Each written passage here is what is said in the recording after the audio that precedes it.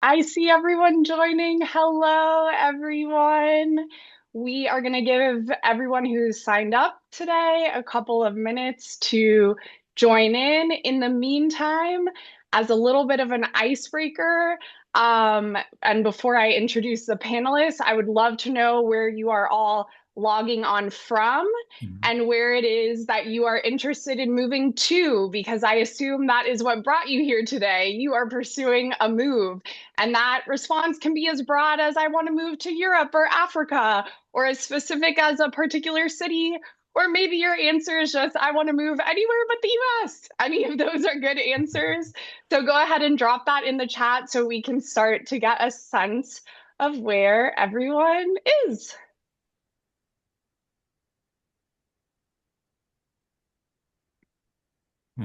Australia. At least one person who wants to move to Paris. Craig, I'm glad you're here Yeah, then. yeah. El Salvador, one more person in Latin America. I see friends from Miami and Florida, Spain, interest in Spain and Panama. Someone who's headed to Mexico, hopefully Rome. Got one of those anywhere but here's. Another France and Spain. Someone who wants to move back to London. Yasmin, glad you're here. Welcome. And we will give just another Hey. minute.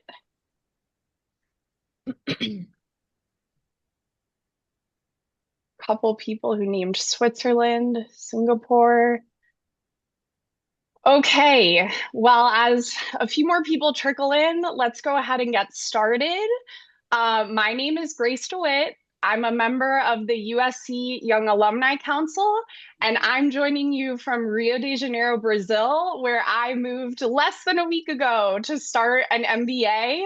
I'm going to keep introductions short, number one, because I'm sure that you read about our panelists when you signed up, but also because you'll hear more from them during this chat.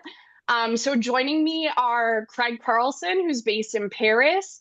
He got his master's in film production from USC before becoming the founder of Breakfast in America.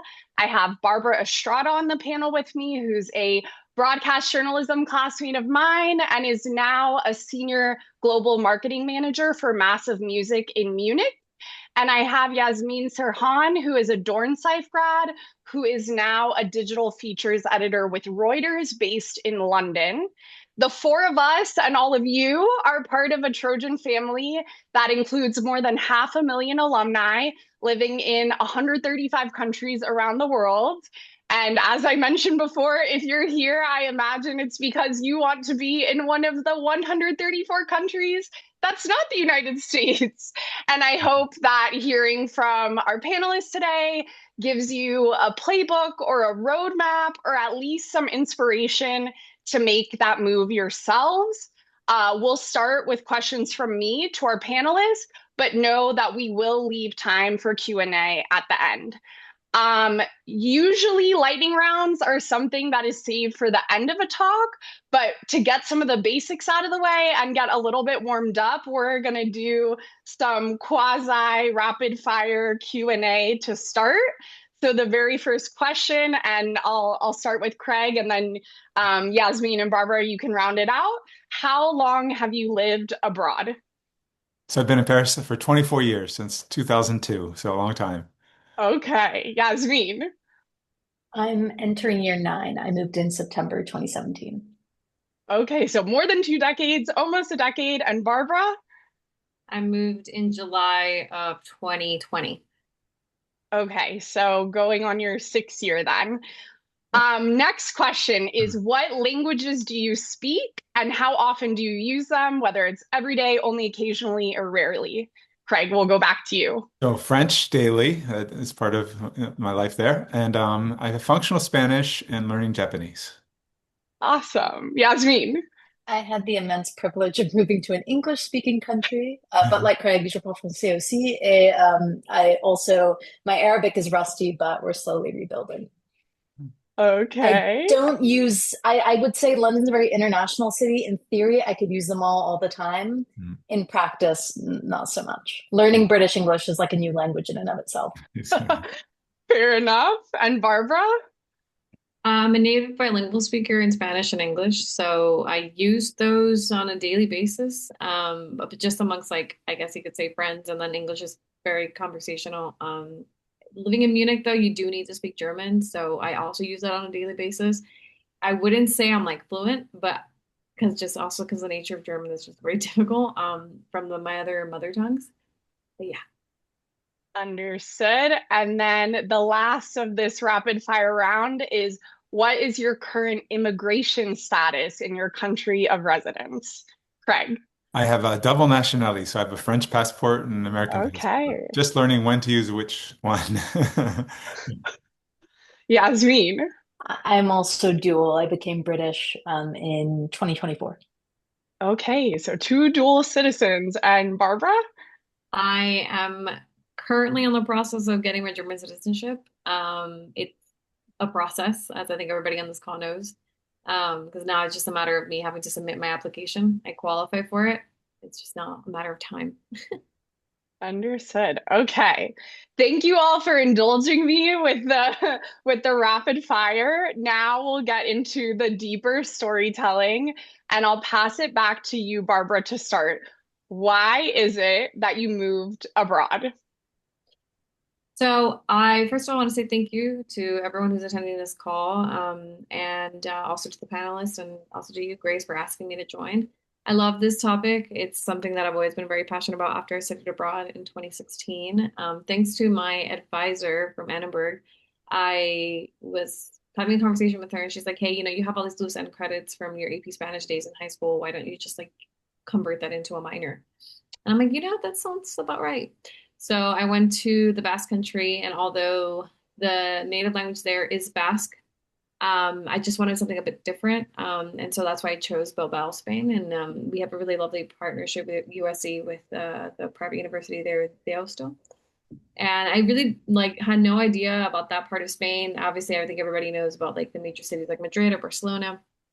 And I just wanted a new experience. And I had a friend that actually went to that same program who also went to Annenberg, and she had an incredible time. And I'm like, okay, why not? And it's cheaper than being like a semester at USC. So I loved all those things, and that really changed my life. I can go on and on. After coming back from studying abroad to the States, I went into this like era of the post-study abroad blues, and I had to find a way back to Europe. I was like, at some point, I was like, okay, it has to be Spain, but I tried for so many years, like I will say 4 years after that. So I was very consistent with it, but at some point I was like, okay, I have to also get into my career. So I focused on working in the industry as a journalist, both for English and Spanish television. And then at some point, the stars aligned. And I know maybe for some people it's a bit morbid to say like COVID was like that time for me, but I've managed to find my opportunity to go abroad. Since I'm like, okay, this is what brought me joy at one point. I want to get back to that. And I took it. I know it's probably insane to like move abroad during the middle of a pandemic, but it just happened for me to come. I will say though, I had to be open to the idea of moving abroad in any way, shape, form possible. Because I think when I was trying to for those 4 years prior to COVID, it had to be through my career, like my job, and it wasn't for me. Like that was not the case. I actually pivoted tremendously, and I did not work in like a corporate job. Rather said, it was like I got into taking care of children. I was an English teacher. Like that was essentially how I got my visa, and that's essentially what I had to do. And that was my start. I don't know if that answered your question, but that's basically what brought me to it. Yeah. No, that's a perfect way to start. Thank you, Barbara. What about you, Yasmin? Yeah, so like Barbara, I had a study abroad experience at USC. In my case, I studied abroad in Paris, and I had a minor in French, but being an international relations major, studying abroad is just very easily facilitated. So I had the pleasure and privilege of getting to spend the spring semester there. And when I returned to USC, even though I wasn't an Annenberg major, I did the Daily Trojan all 4 years. So I was really into journalism.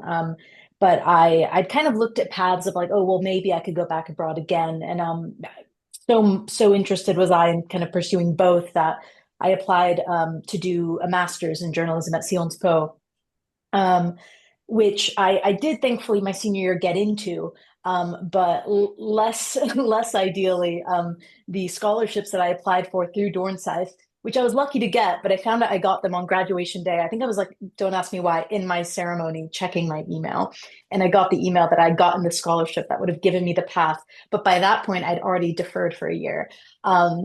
It ended up working out though, because I had gotten this incredible fellowship to go move to Washington, D.C., where I started at the Atlantic. So this was summer of 2016. Of course, a banner year, a lot of change, not just in the US, but around the world. And I kind of carved out a niche of covering sort of the populist nationalist undercurrents that we were seeing, both in the US, but also across Europe, in Britain, in France, and the Netherlands. I covered Macron's victory in 2017 for The Atlantic. And actually, at that time, I felt myself no longer as interested in going to Sciences Po, not because it's not a fantastic university, but because my editor basically told me, why would you go study journalism if you're already doing it? And it was hard to argue with that logic. So it kind of meant letting go of that dream of going abroad, which, to be honest, was fine because I really loved DC. And I had every intention of staying there. But then, rather fortuitously, my fellowship at the Atlantic ended right around the time that the magazine was planning on opening a London bureau. And so I got an offer, which was fantastic, to stay on full time. With the magazine, but the caveat was that I had to move to London.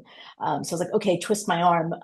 If someone presents you with an opportunity like that, which I was really lucky, certainly wasn't going to say no. And I think I was very aware without even consulting my mom or my friends or anyone that that was definitely something I was going to pursue. So it did make it a bit more straightforward in that I was moving with a job. The Atlantic was sponsoring my visa, and I was moving crucially to an English speaking country. So the barriers were not there. I'd only been to London once on a weekend whilst I was studying abroad in Paris. So there was a lot of newness. I didn't quite know what to expect, but I clearly liked it enough that I stayed. Awesome. And Craig? Yeah, my journey was three steps really. Like everyone here, I did a junior year abroad. I did it at my undergraduate school, which was UConn, actually. USC is my was a graduate school. And I just fell in love with the country and just, we live with a family in Rouen in Normandy. So, it's very different than now because I think people don't live with families anymore. So we had a real immersion into the culture. And so I really felt I want to be integrated into France. That was like my goal. And so that happened. But actually through, it's a long story too, but in France, cinema is, there's 200 and something cinemas there. They show art houses, everything. It's just, so I fell in love with cinema there, and that got me inspired to apply to USC for film school. And so when I graduated from there, because I spoke French, I ended up working on a TV show that was co-produced with Warner Brothers in France. And I did that for 2 seasons. Got back to LA and said, I want to be in France. I love it here, but I want to be back in France. But I didn't know what I wanted to do. And then I had this inspirational moment one day down at the pantry in downtown LA when I ordered a big breakfast and my ham steak and eggs and home fries and sourdough toast. The whole thing came. I went, oh my God, the one thing I missed in France. And like I had this aha moment. I said, oh my God, the one thing I missed in France. We need to do a diner, a breakfast diner there. But I'd never had my own business. Certainly never one abroad. It was working in cinema, and so I had to really start from square one, and the whole journey began there, and that's how I ended up opening the first breakfast joint in Paris. So Awesome. Yeah. Thank you all for the very Cliff Notes version, because I'm sure there's lots of trials and tribulations to share along the way. But the Cliff Notes version of how you got abroad. Let's go into the things that you most love and most dislike about where it is that you're living now. So, Craig, I'll pass it back to you to talk about Paris. Yeah, I think it's what first attracted me in the very beginning is the quality of life and the appreciation of just it's not all about work. You know, the old expression, they don't live to work, they work to live. And I feel that that's still prevalent now, even though, it's people are concerned that it's eroding a little bit, but I think it's still really there. So all those different things, obviously the cuisine and the just the that's where I developed my palate and learned to appreciate food so differently. And just being in Paris, being so close to so many different countries, you can just pop over, like you were saying, hopping over to London for a day. I just love that. And so every year we try to my husband and I try to go at least to one new country and or at least a city we haven't been to and try to stay longer even if possible than just a short trip. The part I guess that annoys me the most is I have heated debates with my French friends because they have it so wonderful, so well there. There's no student loan debt like I had in the States and for French students.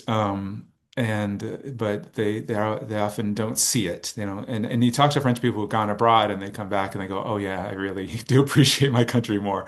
So I think that's the thing too. I'm just telling, I want them to see how wonderful it Mm. is as I do. But that's just a little quibble, but that's it. Yasmin? Mm. Gosh, there's so much that I would echo of Craig's answer that I won't repeat it. In terms of my favorite things about London and I guess the UK more generally, is that for such a relatively small country, and you could fit the UK multiple times in my home state of California, it packs so much diversity and history and kind of really rich culture, not just British, but the multitudes of people who kind of come. I mean, London is the most international city I've certainly ever lived in, and is, in my argument, probably competing with New York because our USC alumni club president Denise would not forgive me if I said London was the best city in the world, but I think it's definitely up there, at least competing. Priya's laughing because she knows, yeah, I just love all that London has to offer, and it certainly has a lot to offer in the realm of culture and food and just the warmth. I mean, people don't think of London or city people as being particularly warm, but I find that the people that I have met in this city have just been absolutely incredible.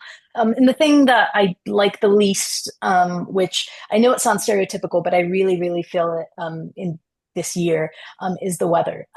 It is, it's truly. I mean, the summers are gorgeous, and spring and autumn are nice. But to really test your mettle and to test whether you really have what it takes to live in this city, you'd have to ask yourself whether you can really endure with dark, dreary, just like kind of miserable January to March.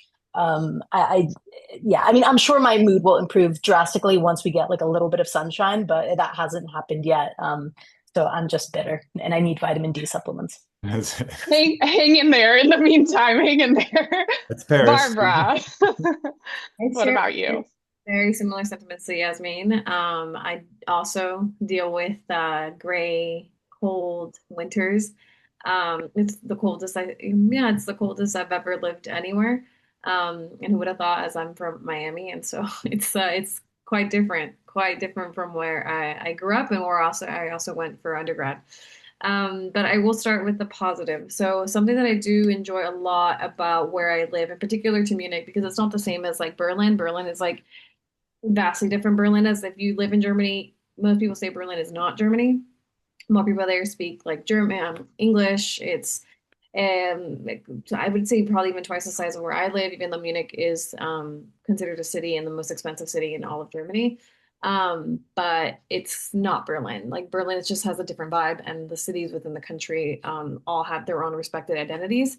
The thing with Munich that is unique is that it is very much Bavarian, and if you know anything about like Bavarian culture, You realize that there's just like these quirky village people that just so happen to have lasting, or let's just say a prosperous economy amongst the country. They're the most richest province of the country.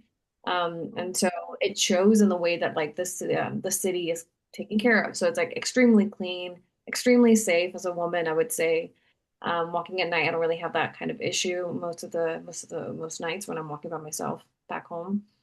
And it is fun when Oktoberfest comes around every year because the city actually turns alive for like 3 weeks. Um, but with that also being said, the caveat to it though is that like when it comes to those moments where it's, for example, not the summer, because the summer here is incredible. It's beautiful. Munich is surrounded by so much nature.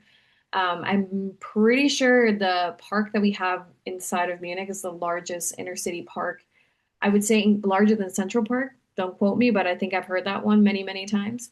And there's a river that flows through the city that I think eventually connects to like the Danube River. And it's all drinkable. Like you could actually drink the water. It comes from the mountains of Bavaria, and that I will say, if you're appreciating nature in that way, it's like the place for you. But the flip side to it is that I feel like because it is such a conservative part of the country, and the culture does also kind of go hand in hand with that. A lot of like the Bavarians, rather said, aren't as open-minded as you would think of like Western Germany. A lot of people from that side of the country that I've met, for example, like Cologne, so much nicer, so much more open-minded. And I think it has to do with a little bit of where it's located geographically speaking, because it does border with like the Netherlands, for example. So I will say that is probably just a bit of a like a negative to it, is that it's extremely like international, but you wouldn't know that because everyone's living their own little silo lives. So it can get a bit lonely. Interesting perspective. Yasmin, I'm going to go back to you to start off this next question because you made a reference to other Trojans in London, and that's where I want to take this conversation. So, how, if at all, have you connected with other Trojans where you live? And did you feel like your USC um, connections or education played a role in helping you get to where it is that you live overseas? So in your case, London. Yeah, absolutely. I mean, I will say that London's alumni, there our Trojan community in London is robust. And I know that we're very lucky to have incredible alumni clubs here in Paris. I believe in Munich too. I know that there's an Oktoberfest event that the alumni club puts on every year, but Barbara, you can fact check me on that. I will say too that, I mean, I think beyond just having a physical presence in terms of loads of people, I think what I've found really valuable having an alumni club that puts on, in the case of London, our president Denise is, and even past presidents before her. I mean, they put so much work and effort outside of their day jobs into really cultivating and creating a community. And that shows up in like, volunteering opportunities. We do day of service every year. We have game watches, we have pub nights, which is more fitting for the UK. And just, yeah, even professional oriented dinners, no shortage of events. And I think Barbara made this point about, when you move to big cities abroad, I mean, it can be kind of lonely. In the case of a country like the UK, you often find, or at least I found kind of, moving to London in my early 20s, a lot of people who are in London, or at least the Brits who live in London, the UK is a small country. They often have their friends, their childhood and uni friends that they grew up with a train ride away. So it can be a little challenging, even though Brits are perfectly lovely to kind of make those connections.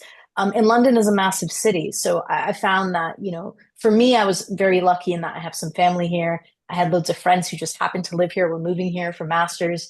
But if you're someone who's moving to London and you don't know anyone and you just have no ties, the fact that you could, by the very virtue of just having gone to USC, go to a pub night, go to, any litany of events and meet people. And these could be people who, did not encounter campus at the same time you did. Maybe you're decades like separated in terms of when you got your degrees. But I found in my own experience that having that commonality of being a Trojan is enough of a foundation to build some really special friendships and relationships. So I would say that certainly having that USC community anywhere you are in the world, and I know that we're all over, is so helpful. As for getting abroad, I mean, whilst my path was kind of very straightforward and then it happened through work, I talk to students from USC all the time, and I've had the privilege of speaking to Annenberg students whenever they come into London to talk about living and working abroad. So, you kind of constantly feel like you're connected, which is really nice. Awesome. What about you, Craig? What's been your Yeah, experience with Trojans? I've been living in Paris for quite a few years and didn't know about the Alumni Association. And it was after I published my book, shameless plug, Pancakes in Paris, um, that I learned of them. And boy, did they get behind this and help push the book, which was wonderful. But more than that, it was the community that we have here, and they're just great. We were speaking earlier about this Thanksgiving we do every year. We rent out a restaurant. They fly in turkeys from Italy because apparently they're the best, and you bring your families, and it ends up being like 80, sometimes more people. So and they do events constantly. I mean, to really they really and they join with other universities as the American University Association abroad as well. And so from Stanford to whatever, they'll do special big events, and so you get to meet people from other schools, which is wonderful. And so yeah, I can't say enough about our club, and I know some of them are watching today, so hello. But I have to say too, I would never have this restaurant if it wasn't for USC because I had to raise 100,000 seed money to get us a loan in France to get the business started. And as I said earlier, I had my student loan debt. I did not have that. And so it was thanks to 28 investors. I think at least 20 of them were my fellow students from USC who all contributed a little Wow. something. And to this day, I was very, very thankful for them. So yeah, I owe a lot to USC. Awesome. Ooh.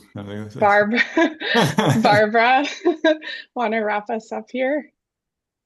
And by the way, Craig loved hearing that. That's incredible. Hmm. I love talking about the Trojan family. I remember when I first came to USC and on campus hearing about that, I was like, what does that even like? Is that actually really real or is that just marketing? But no, it's real. I would say for me though, it's been a little bit different because I would say the church family was very helpful for me when I was in the States, but when I moved abroad, because of the nature of how I moved, and it wasn't like conventional where I tried moving for like with my job. Um, I just did everything on my own. Like, I mean, the way that I moved, because I think I probably shared this as well on my social media. I moved as an au pair. So I got a specific visa for that. And that isn't like a work visa, that's like an au pair visa. And it was kind of like if no one knows what an au pair program is, it's essentially like this government program that allows like foreigners to just go to the host country and learn about the culture and the language. And that's ultimately how I came to Munich. There was a family at the time that wanted me to be their child's au pair, and it could be for however long the contract is. If you're a non-European citizen, it's max for a year. So I was like, okay, let's try this for a year. I had about an A1 level of German, and I took a 2 month course prior to moving to Germany, and that's the amount of German that I knew. I remember like it was yesterday that like first interview that I had with like the German consulate member working there at the embassy in Miami. The interview was in German, and at one point she's like, "Okay, that's enough." I'm like, "Okay, great, awesome, that can." And since then, I will say my German has gotten a whole lot better because through that program, like you are required, or yeah, it is required for the family to pay for your language course. So I took about 3 months of intensive German every single day, with the exception of Fridays, because my brain literally could not handle that much German every single day. And then that's how I came to be. Now, when it comes to like my job, how did I get my job into like marketing since I came from a background in journalism? I will say the power of like social media really helped me. So I like was on LinkedIn. I was applying for jobs incessantly, and then I found this job that seemed to align with like my professional background, and I found my skills as a journalist very transferable into a different industry. Since I wasn't going to be a journalist in Germany, like did not have that level of German to do that. And I was like, okay, let's just do this. Let's try it out. Agency life, I know that's fast paced, but it's not as fast paced as a newsroom. So I think I could survive. And I got the job due to the nature of like how I sold myself and my skills, my background professionally speaking.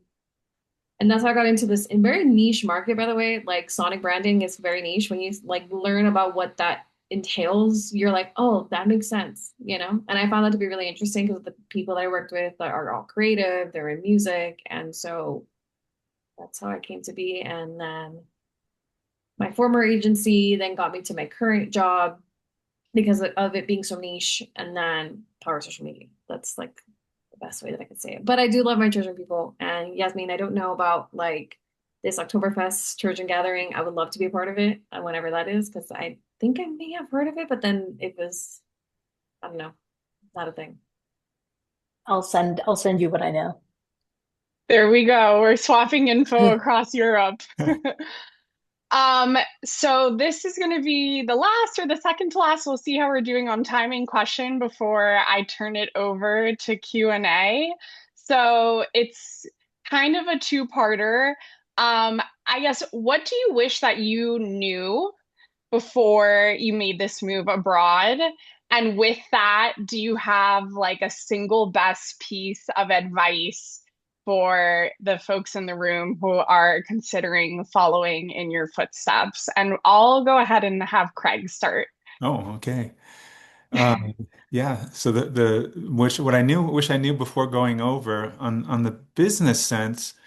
Um, the French labor laws are extremely, extremely complicated, which is reason why you see a lot of the demonstrations all the time, because there's so many rights for workers, which is I think is great. For example, when I was living in America and working in America, taking vacation was not a priority, and in fact, sometimes if you feel guilty about taking a vacation. France got rid of that guilt for me. Yeah, everyone has 5 to 6 weeks paid vacations, including if you work at McDonald's or whatever. So that all of those things, I just, even as a businessman, I was like, that makes sense, and that we should all have that. And so, even though that's contrary to what most business people would want. But where it's really hard is the labor laws. It's really hard to get rid of an employee who's not doing their job. You're not, and the process of that can turn into years and can cost legal fees. And so I wish I'd known a little bit more about that, because I had a run-in with my very first employee about that, and my French accountant's like, "Well, you're lucky. You learned right away, what it's like." So. But what was the second part of the question? Your and they don't have to be related, so don't worry, but your single best piece of advice for someone Oh, who is thinking about following in your footsteps. I think again, I think it's just to go there and just really just shed a little bit of your Americanism and just try to immerse yourself. Fight that language, because I keep hearing all the time, "Oh, I sound like a 5-year-old. I don't want, I know people that have been living there forever, and they still haven't, really kind of plunged into the language." And I say, but it's a wonderful feeling to feel like a 5-year-old,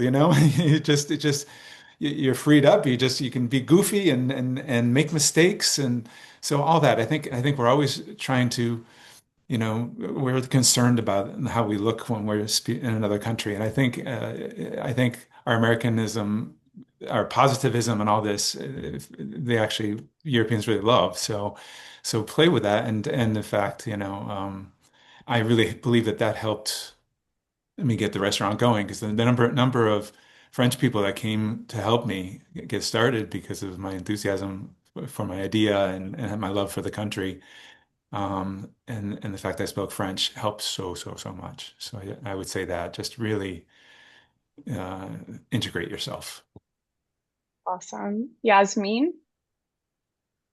Something that I didn't know before moving, but wish I did, was just kind of the sort of bureaucracy that you have to deal with being an American abroad. One thing that particular might be salient for some who've perhaps graduated more recently or not, because student loans take a while to pay, but certain elements of the way our government kind of structures these things were really not created with Americans living abroad in mind. So I found in my own personal experience that, like, even though you file, I won't get into the nitty gritty because I'll bore myself even talking about it. It's worth just searching. But basically, I found that even something as like seemingly baseline as paying taxes, or not paying taxes, sorry, paying off your student loans can be a little challenging, because I think Nelnet, like a lot of it is tied to your tax filing. But if you're living abroad, And unless you're making over a certain amount, you have to file your taxes in American abroad. I realize this is niche for just USC alums who also happen to be American citizens, but so if you're not, congrats. But if you're an American living abroad, basically you have to file your taxes, but you don't often have to pay additional tax. You don't double tax unless you're earning over a certain amount. Anywho, just navigating those challenges of like filing your taxes from abroad, even voting from abroad, making sure you're doing all those things in time, things like that, renewing driver's licenses, like DMV, Nelnet, none of these sites were built with a foreign phone number or a foreign address in mind. So I think, sort of just being somewhat on top of that is very helpful. But apart from that, I think also just recognizing that it's an immense privilege to get to live somewhere and to really sort of, as Craig was saying, kind of just really lean in and take full advantage of it. And also just beyond the privilege of living somewhere else, I think, I guess a parting that I'll say is that there's a quote, I don't remember, but from James Baldwin, the writer and civil rights activist. He spent a great deal of his life living as an expat in France, and he said something about, which I'll butcher, but paraphrasing, about how he could see the U.S. more clearly from abroad. And I found, I don't know if my fellow panelists agree, but there is a lot of clarity that can come from kind of viewing your home country from a bit further away, seeing how other people are seeing things, and I think there's a lot to be gained from that. So I've found in my time living here that there's certain things I appreciate, proximity to parents, Trader Joe's. But there's also certain things that I don't miss. And yeah, just getting to, having the privilege to enjoy both as and when is really nice. Mm. Good answer. Awesome. Barbara? So both Craig and Yasmin like really hit a lot of points that like I was going to speak on. I think to just further add on to what Yasmin was saying with the bureaucracy of things, like truly, duly, when it's time for you to renew your visa, know which visa you're going to get. Because I've been in like, at least last year, I could speak from the pickle of my visa situation that I had to endure up until last month. That thinking that like, oh yeah, this is the visa for me. And then realizing, oh wait, actually it's not. Because up until the past 5 years, now going into my 6th year, I didn't really need a lawyer. Just because I was doing everything by myself, and it was pretty easy and self-explanatory. Even in German, now I know a lot of German legal jargon. Won't say it on this call because it's way too long. But that was pretty straightforward up until then you start realizing like, oh wait, it's not just me.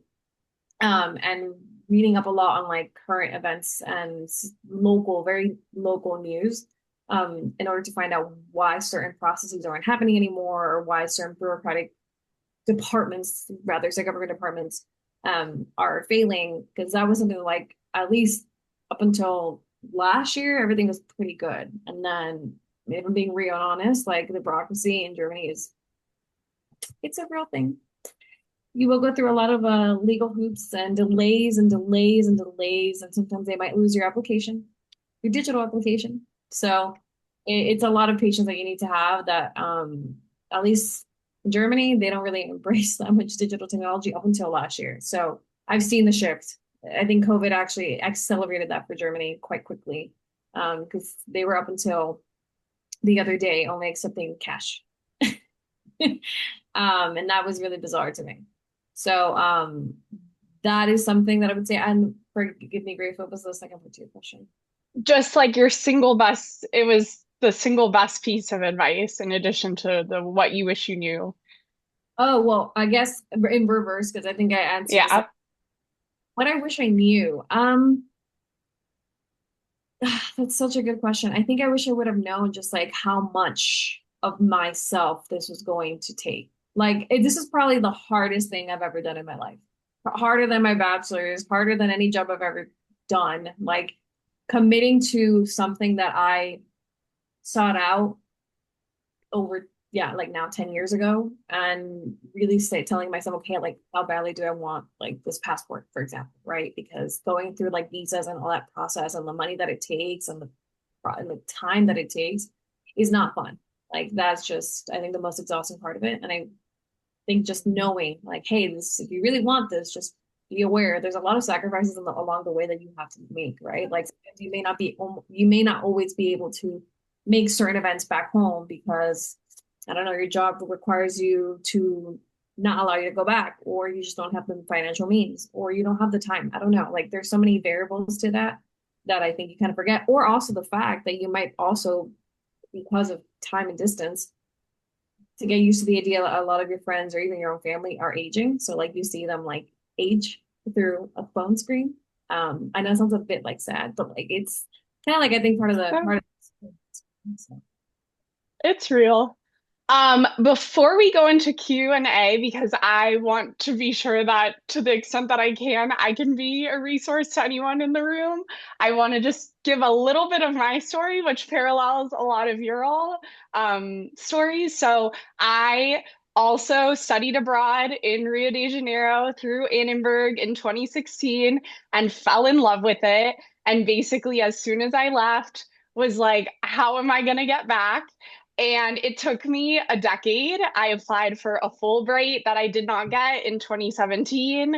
I was a remote self-employed worker in 2020 with aspirations of moving here, and we all know how that year went. And then as recently as 2024, I was pursuing a fellowship with the State Department that would have brought me back to Brazil, and I fell zero point zero 0.05 points short of that fellowship. So totally relate to Barbara saying like it takes a lot of time and it's very hard. But I was back here in August for a wedding and was once again confronted with like, how am I going to live with myself if I don't keep trying? And so I was racking my brain for ideas of how I was going to make this work. And I came across a full-time MBA program at the Federal University in Rio de Janeiro. And this program is one of the top programs in Latin America. It's taught entirely in English and it's free, which, as we've all kind of spoken about, like avoiding student loan debt is real. So I was like, the ability to advance my education without taking on a bunch of loans, and obviously cost of living here, though I would not grade it as cheap, is, you know, moderate compared to a lot of American big cities at least. And so, yeah, literally last Friday, I landed and classes started Monday. And as Barbara spoke to, like the process of, well, actually, we all kind of talked about bureaucracy. The process of getting this student visa was a nightmare. I mean, like one of the most challenging things I've ever gone through in my life. It involved ultimately me, fortunately, having a friend in the US consulate in Rio who reached out to the Brazilian consulate in Miami, where I'm from, to inquire about the status of my visa. And that was the thing that, you know, got them moving and got me across the finish line. So all of that to say, happy to be one more person to kind of speak about my experience. But I am turning it over to the chat now. I see a lot of questions have come in already, and I'm going to start to read those. So we will start with what was the moment that your honeymoon period was over, or have you ever had a consideration of like giving up and moving back to the US? And what was it that got you through that? So any takers? I'm seeing a lot of emoting from Barbara. Oh my God, this made me laugh. Okay, I actually remember when I was in that honeymoon phase, and I remember when I got out of it. And that's why I'm laughing because, again, like I don't know if to anyone who's interested in becoming an au pair, I don't want to like promote it as like this is like your way in unless you were desperate like me. Like I was just at a point in my life where I was like, I'm desperate, so like let's go.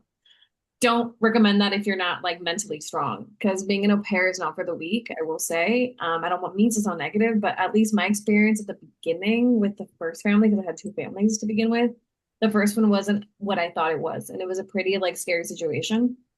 So I thankfully was out of it. And the second family that I was an au pair for was very kind to me. So that made the transition process into then my next, let's just say life here, easier. There have been times where I'm like, I can't do this. And it does help having a support system to encourage you to like stick it through because of everything that you worked for. So, I mean, for me, you know, the long-term vision has always been like to live somewhere else in Europe. But at least like being part of Germany or being, let's say, a European citizen, once you have that like passport, at least for me, it's a godsend. And yeah, I would say have a support system. Have people there on your corner reminding you why you did this, why this matters, and like the feeling of gratitude at the end. Awesome advice. Yasmin, I want to pitch this one over to you, given that you were at a bureau. So, how did you navigate adjusting to a different work culture? I didn't. I'm sorry. I worked for American magazines. So I worked, well, I can answer that question a bit though. So I worked at the Atlantic for most of it, and then I worked for Time magazine for a couple of years. So I was kind of very lucky in that I was, lucky, not in the sense that working at a non-US organization would have been unlucky. And Reuters is kind of very deeply global. I thought when I was moving to Reuters, I was moving to a British institution at last. Okay. And that hasn't panned out, mostly in the sense that it's just so deeply global and has a big office in London and a big office in New York. What I would say though is that I have had the privilege of working with British colleagues. So even if Yeah. the higher ups, so we were kind of like sort of satellite bureaus reporting into US editors and stuff. British colleagues, I mean, are just I think I wrote an essay actually for The Atlantic, which is easy enough to find. I think it's called What I Like Better About Britain, and it was published on the 4th of July, which added insult to injury. It wasn't intended. It was about my process of applying for indefinite leave to remain, which is our equivalent of permanent residency. But I think I touched in that piece kind of the funny differences between Americans and Brits. And there are some like fundamental differences in terms of just the way we communicate. And, there's this lovely Sarah Lyle, who was a New York Times correspondent in London for the New York Times for many years, wrote a lovely book, I think called The Anglophile, that, just to give you a sampling, it's like, we run for elections, they stand for them. Like, we boast about our achievements, they apologize for theirs, like that sort of thing. Sweeping generalizations, but what I would say is, in terms of working with British people and in the UK, I mean, the one thing I will notice, and Craig nodded to this, is that I mean, the US has a certain type of work culture that is quite intense, and I think that's perhaps irrespective of or kind of applies across a wide variety of fields, but you feel it in journalism too, where, when I was the 1 year that I worked in the US, I think I took 4 days off. And that does not happen anymore. Like I take my full 26 days plus bank holidays. So I think if you're an American working right, you kind of almost have to adjust to to kind of, and this is good both for yourself and for your colleagues, that they're not going to be available all the time.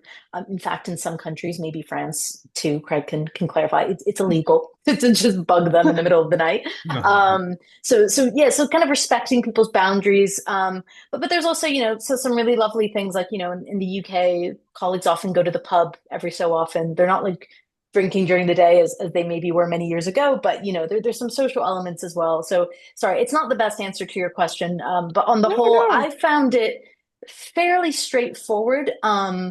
But if you have experience working in the US, and particularly for a lot of big American multinationals, I mean, it depends on the country you are, but I would check and see what the work life culture is like. Somewhere like Britain's probably right in the middle between like France and the US, if that's the spectrum we're working with. Yeah, Craig, I would love to give you that opportunity to add to French working culture, especially as an owner and an Yeah. employer. Well, yeah, but, well, I was actually an employee at that when I worked on that TV show, and that Oh, was sure. I learned a lot during that as well because the producer just assumed although everyone there on the staff was available at all times. So he's like, "Okay, I want you to come in on the weekend," and they're like, "Why?" I mean, if there was an urgent deadline, perhaps it's like, "No, no, we're not coming in on the weekends." They just refused, and as you said, it's in the laws. You cannot, you cannot disturb people. And so yeah, but as as an employer, yeah, that you have to be very, very careful. You have to there's a trial period that you can it goes for 3 months and then you can extend it another 3 months. But after that, they're locked in. So you have to make some real difficult decisions, because you'll have an employee who's perfectly fine until that then until they get the permanent contract, and then their whole attitude changes. It's rare, but it happens, and that can really, for a small business, really, disrupt things. So, but at the same time, again, you just really have to look at it from a different perspective of what's the most important value to the society, to the culture, and although work is important, it's not the most important thing. I would say that I can generalize that for sure. That, even when you get together, people are like, we don't have to talk about work after work, let's just talk about other things. And so, yeah. Meanwhile, all Americans do after work is complain about their jobs. Exactly. Um, I will pass it to all three of you. We'll start with Barbara. Any advice? You were obviously very scrappy in figuring out your way over. What advice do you have? This question has come up a few times for how to actually secure employment abroad. Yeah, so like I said, I came as an au pair. And then afterwards, how I got my work visa was through a teaching job. So I taught English at a kindergarten, like a private bilingual English German kindergarten. Um, and that ultimately gave me my visa. I will say, not to get into the logistics of things, because I mean, at this point, I feel like I'm an immigration lawyer. Um, Depending, for example, like Germany, and I think like most other European countries, they treat your visa based on like your, let's say, academic background. So, for example, if I had like a teaching degree, then they would make my visa last longer than just a year, right? Because it is a reputable job, right? Like being a teacher is a commendable job, and I have so much respect for that experience towards educators. Um, it has to basically kind of like align. So they only gave me my visa at that time for like a year because of my educational background. Then when I then started working in marketing, and because it overlapped a lot with my degree in journalism, they then extended my visa for like 3 years or 4 years or what so. And so that helped a lot. And so, sorry, Grace, remind me about your question. No, no, that's okay. Just the ability to get work abroad, but this is useful information that often your ability aligns with your Yeah. experience in some cases. So yeah, so and to that point also, like just I mean, I was really good at networking. So like it was like this red of like au pairs that were also kind of like in the same situation as me. And at the time, because it was COVID, we were all just really well connected on like Facebook groups. If anyone still here uses Facebook groups. And that's kind of how I've been able to find a lot of resources. I still use Facebook as a resource tool because there's a ton of like moms or whoever, expats really, sharing about their experience about XYZ. And so I then was able to get my teaching job because of people that I knew. And so then they got me that interview to then get that next visa. And then finally, when I got my the job that I'm in, that helped because of my former company, it was because of LinkedIn. So Okay. LinkedIn is a great resource, guys. If you're using, how to, it's amazing. Yasmin, I would be curious to hear, since obviously you've had like US based employers, if you have seen the various ways that people have been able to get to London, at your various companies. Yeah, totally. In fact, this is probably the most common question I get when I talk to either students or recently graduated students who aspire to work abroad, be it in journalism or other industries. And I always tell them a few kind of routes, at least for the UK, that are fairly concrete, but I think these probably apply to other countries too. The first is, I mean, the reality is that applying from abroad, competing with people who are already there and who perhaps don't need sponsorship is very tricky, and really difficult to do. In certain countries, there are restrictions for what types of jobs would permit external people to come in on visas. So what I always advise is a few things. The first is you can play the long game, which is you seek a job if you're in the US, for example, in the US at a place that you know has a London office, and you kind of make it clear during your time there, once it feels appropriate, that you aspire to eventually relocate. I've had multiple friends in journalism, but also in other industries like finance, do their move this way. Obviously, it takes a bit more longer term planning, but that's something I've seen a lot of people do. Another route, which I think, helps if you're perhaps sort of early on or haven't pursued your master's or MBA yet, is to go the higher education route. Exactly.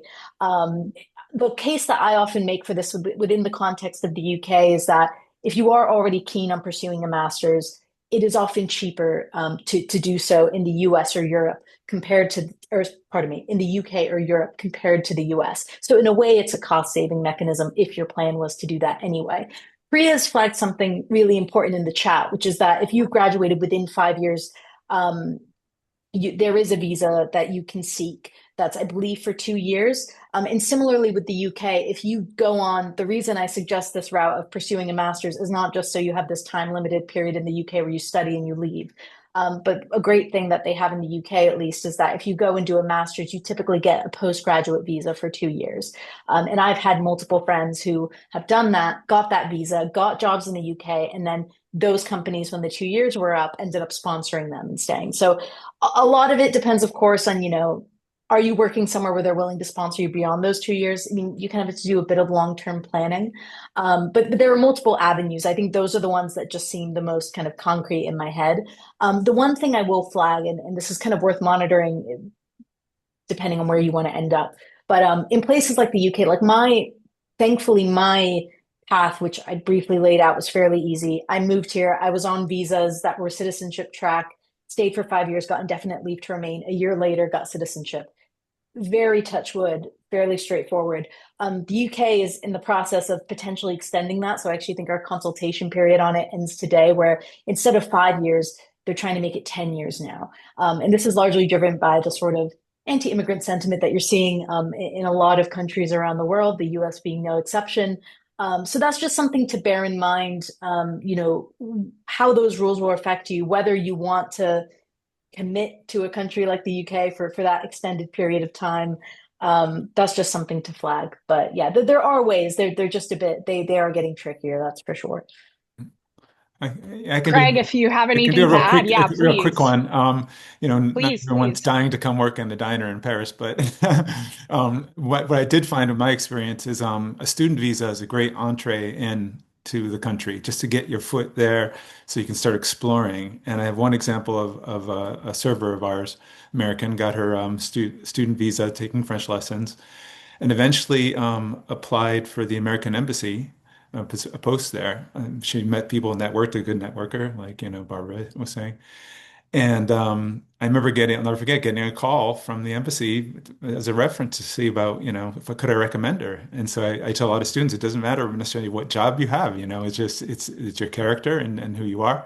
And she ended up getting the job and she's, so, that's just, you wouldn't think just from a student visa, but just getting you over there. That's the first thing you want to do, And so that's my quick answer. Yeah, thanks for sharing that. We've got 1 minute, so the last question, because I've seen it come up a bit, is just a few words, like, do you plan to come back to the US anytime soon? What is your arrangement currently? I know, Craig, you have a slightly different one, but or have you found home as far as Oh, Francis indefinitely?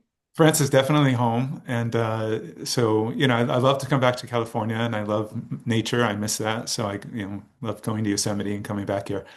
But with my husband in France, we're quite happy there. And so that with my double nationality, that was a big coup. And so that's pretty much solidified it. Yeah. Yeah, Yasmin, I imagine that was part of you getting your citizenship as well. Well, yeah, I mean, funnily enough, it was getting the citizenship that suddenly opened the door to I don't have to rule it out anymore because I have the freedom to potentially do it. My partner's British, so, we have a great life here. We don't need to go. Equally, he loves California. So we've actually not ruled it out in large part because, I mean, Barbara mentioned this before, but certain realities come into play, like aging parents. I think someone mentioned this in the chat, but salaries, it is worth noting that especially in Europe, salaries compared to the US can often be less. So sometimes if you're thinking about your earning potential, I wouldn't rule it out, but equally I have no plans on going back. So that's where I am. Barbara, want to wrap us up?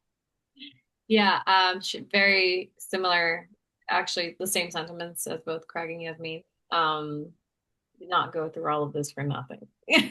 So, for now, the plan is no. I'm very much happy, at least with the lifestyle that I've been living. Of course, like the thought has always entered my mind, and of course, I miss like where I'm from. If you're from Miami, you're very proud of it. And I love home, but I just don't love what it's becoming. And once you get used to the European lifestyle, it's very difficult to like adjust in the reverse. I moved initially for that reason, right? Like it wasn't because I was trying to be a tourist or experiment. Like this was intentional. And that's what I say to everyone on this call. Like if you do it, just know that, it's a commitment and it's for, I would say, for the rest of your life, right? And on that note, I want to say thank you so much for everyone who logged on. Thank you to our panelists. This was technically a production of the USC Young Alumni Council. And I would love to have you all find us on LinkedIn or Instagram to stay tuned for the other events that we do. And as Simone, I believe, put in the chat, if you want to reference this later or you missed the first half, there is a recording that is going out, so you will be able to rewatch.